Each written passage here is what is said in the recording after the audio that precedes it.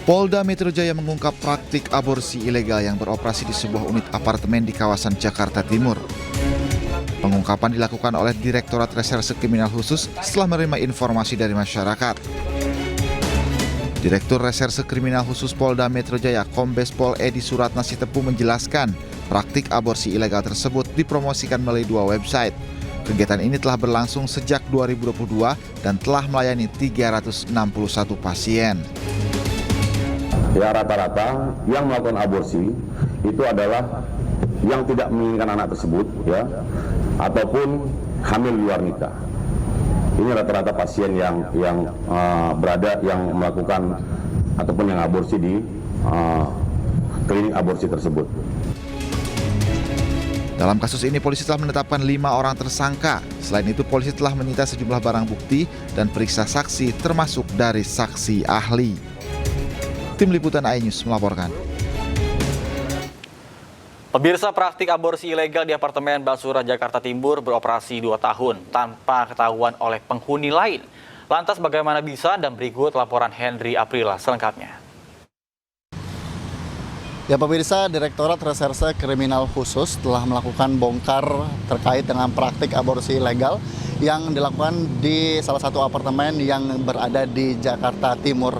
Yang kemudian juga pihak polisian telah melakukan penangkapan ke-7 tersangka yang melakukan eksekusi dalam praktik aborsi ilegal, dan kemudian dalam hal ini juga disampaikan dalam konversi pers dilakukan sudah selama 3 tahun dari tahun 2022, dan kemudian juga telah melayani sejumlah pasien sebanyak 361 pasien dan kemudian meraup keuntungan sekitar 2,6 miliar rupiah. Dan pihak polisian pun juga telah menyita sejumlah barang bukti yang diantaranya adalah alat medis dan juga telah melakukan penangkapan untuk sejumlah saksi ataupun sejumlah tersangka tersebut.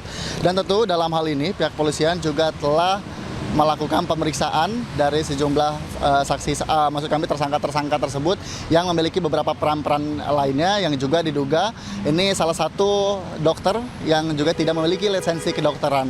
Dan tentu dalam hal ini juga dari pihak polisian juga telah menyampaikan bahwa dari sejumlah pasien ini untuk melakukan aborsi tersebut memerlukan pengonfirmasian dengan mengirimkan KTP melalui WhatsApp dengan minimal kandungan selama 5 minggu. Dan juga dalam hal ini pihak polisian, yakni Direktorat Reserse Kriminal Khusus, telah mengancam hukuman untuk sejumlah saksi-saksi ataupun tersangka tersebut dengan hukuman 12 tahun penjara.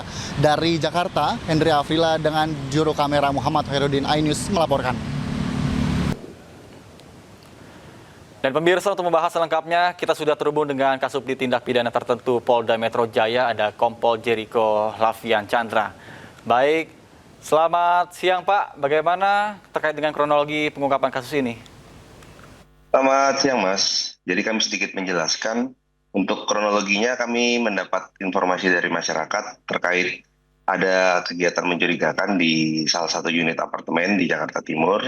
Kemudian anggota turun untuk melakukan penyelidikan, di mana pada waktu kami turun ke TKP, kita temukan di sana ada kegiatan illegal abortion atau aborsi yang dilakukan secara ilegal, di mana pelakunya sendiri tidak memiliki sertifikasi di bidang kesehatan atau bukan merupakan tenaga ahli kesehatan. Demikian. Kemudian sebelumnya ini ada laporan dari masyarakat seperti apa, atau ada kecurigaan dari warga apartemen sekitar, mengingat sebelumnya kan katanya belum sempat terendus dari aktivitas tersebut. Mungkin seperti apa? Apakah ada laporan aduan masyarakat? Memang kami menerima laporan aduan dari masyarakat karena ada beberapa penghuni di situ juga dari orang-orang yang di sekitar situ melihat ada keluar masuk perempuan-perempuan muda di salah satu unit apartemen, sehingga anggota kemudian juga turun melakukan penyelidikan, sehingga kita langsung menemukan kegiatan tersebut, Mas. Baik, berdasarkan informasi yang diperoleh, kira-kira dalam 1 hari pelaku ini bisa melakukan tindakan aborsi ini berapa pasien? Dalam 1 hari dibatasi 3 orang pasien. Apabila sudah terpenuhi sebanyak 3 orang pasien, nanti mereka melakukan janji terhadap pasien-pasien selanjutnya itu pada hari berikutnya. Baik, kemudian 3 orang pasien dalam satu hari. Dalam proses 1 orang pasien ini butuh waktu berapa lama kira-kira, Pak? Untuk 1 orang pasien itu paling lama mereka melakukan tindakan sekitar setengah jam. Sudah selesai. Kemudian untuk dari segi biaya seperti apa, Pak? Berapa per pasien yang dikenakan biayanya? Jadi untuk pasien ini tergantung dari usia kandungan. Itu rata-rata mereka melihat dari hasil USG itu berkisar antara 5 juta sampai 8 juta 1 orang. Baik, kemudian artinya si pelaku ini memang punya background di spesialis ataupun pernah belajar soal kandungan atau seperti apa? Atau memang amatiran hanya belajar dari entah itu YouTube atau buku-buku lainnya seperti itu? Jadi untuk pelaku utama ini, saudara NS ini yang pasti bukan merupakan seorang tenaga ahli kesehatan. Yang bersangkutan hanya lulusan SMA. Kemudian yang bersangkutan pernah bekerja pada salah satu klinik aborsi juga yang kita duga juga klinik aborsi ilegal sebagai asisten. Setelah itu sekarang yang bersangkutan bertindak sebagai eksekutor atau berpura-pura sebagai dokter. Baik, terima kasih banyak Pak Kompol Jericho selaku Kasubdit Tipiter Polda Metro Jaya. Selamat beraktivitas dan salam sehat, Pak.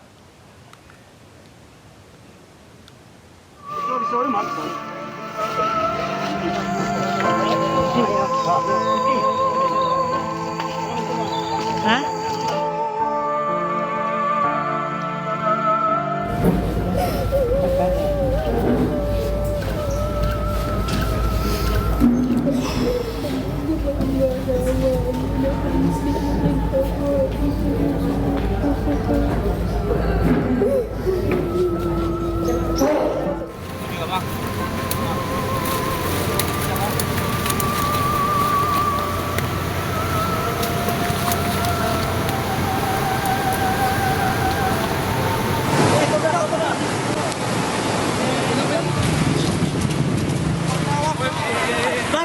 Mundur. Keluarga Pak loh, aturan tapi ada ya.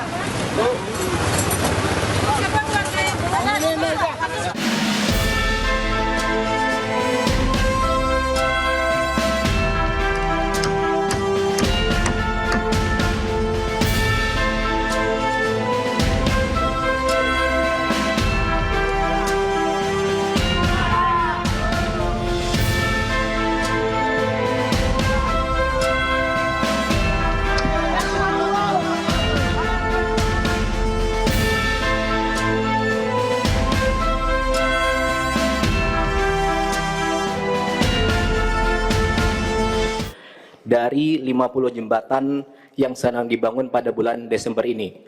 Untuk satu jembatan mempunyai berat antara 30 sampai 50 ton, diangkut dari Jakarta menuju ke 3 provinsi terdampak, dan biasanya pemasangan memakan waktu minimal 1 bulan, tetapi berkat kerjasama TNI, Polri, dan warga, alhamdulillah dapat selesai dalam waktu 1 minggu ini.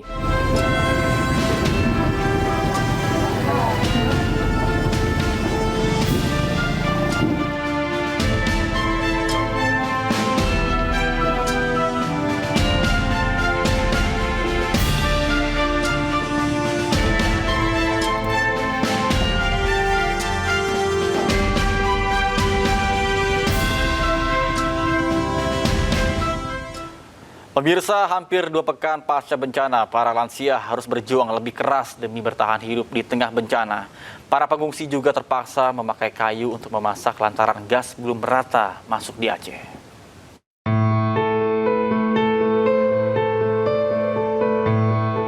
Ada kisah pilu dari banjir bandang yang kini menyisakan lumpur tebal di Aceh Tamiang. Lansia ini harus berjuang keluar dari rumahnya dengan badan penuh lumpur demi bisa mendapatkan bantuan makanan untuk bisa bertahan hidup. Tanpa mengeluh, dengan tubuhnya yang sudah lemah karena usia, ia harus menembus lumpur untuk menggapai lokasi relawan berada. Di video lainnya, sejumlah lansia nampak berjuang untuk tetap hidup dengan segala hasil alam yang masih bisa dikonsumsi. Situasi ini menjadi gambaran nyata beratnya perjuangan kelompok rentan lansia bertahan di tengah bencana.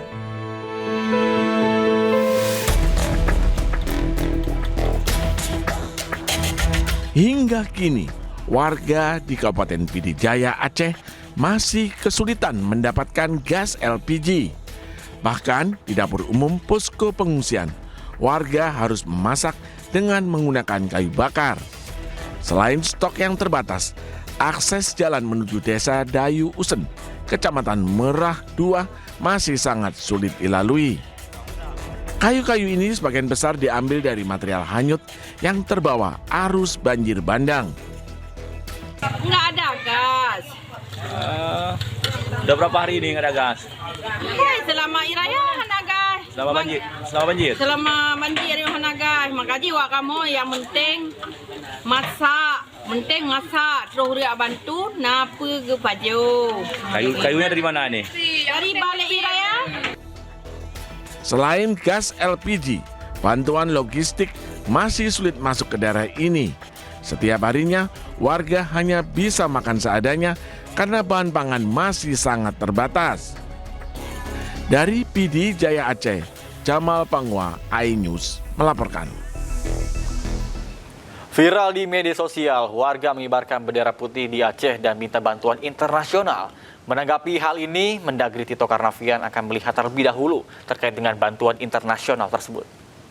Untuk dibantu oleh dunia internasional, kami sudah mengibarkan bendera putih dengan bermakna kami sudah menyerah tentang hal tsunami ini.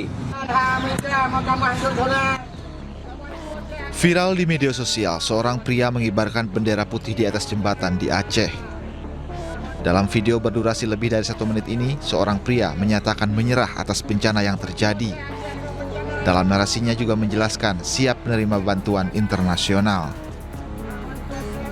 Tapi menyerah dengan keadaan tsunami yang sekarang yang tidak bisa kami berbuat apa-apa lagi. Kami butuh bantuan dari dunia internasional untuk membantu Nanggro Aceh Darussalam.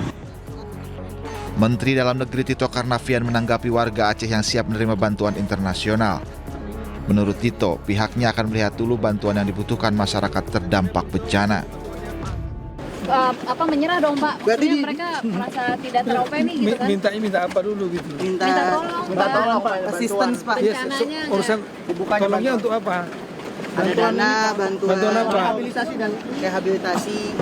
Hah? Konseling kan? Rehabilitasi Pak, rehabilitasi. Kalau konseling ya banyak kita mampu. Tapi kalau pemerintah daerah mengajukan itu tidak apa-apa ya Pak? Tapi ini apakah diperbolehkan Pak kepala daerah meminta bantuan kepada PBB dan luar Menteri Pak? Nanti kita pelajari. Tapi artinya di luar kewenangan atau di luar izin? Menurut warga, pemasangan bendera putih di sejumlah titik di Aceh ini telah berlangsung selama seminggu. Bendera putih ini sengaja dipasang sebagai bentuk kekecewaan warga atas lambannya penanganan bencana banjir bandang dan tanah longsor yang menerjang Aceh selama 3 pekan. Tim Liputan iNews melaporkan. Pemirsa, Presiden Prabowo Subianto mengunjungi wilayah terdampak bencana banjir di Sumatera Barat. Selain temui para pengungsi, Prabowo juga tinjau pembangunan hunian dan jembatan sementara. Presiden Prabowo Subianto meninjau jembatan darurat Padang Mantuang di Kabupaten Padang Pariaman, Sumatera Barat. Presiden Prabowo Subianto menjajal jembatan yang dibangun sementara untuk menggantikan jembatan yang hancur akibat diterjang banjir bandang. Sambil berjalan, Presiden Prabowo Subianto sesekali menyapa masyarakat yang berada di lokasi. Sebelumnya, Presiden Prabowo Subianto kunjungi posko pengungsian di SD 05 Kalipasak, Palembayan, Kabupaten Agam, Sumatera Barat. Presiden Prabowo Subianto disambut para pengungsi yang ingin bersalaman dengannya. Prabowo turut didampingi oleh Gubernur Sumatera Barat, yakni Mahyildi Ansarullah, Kepala BNPB, Letjen Suharyanto, hingga Sekretaris Kabinet Teddy Indra Wijaya. Dalam kesempatan itu, Prabowo juga menyapa ibu-ibu dan juga anak-anak di lokasi pengungsian. Selain temui pengungsi, Presiden Prabowo Subianto juga tinjau pembangunan hunian sementara bagi para korban banjir bandang.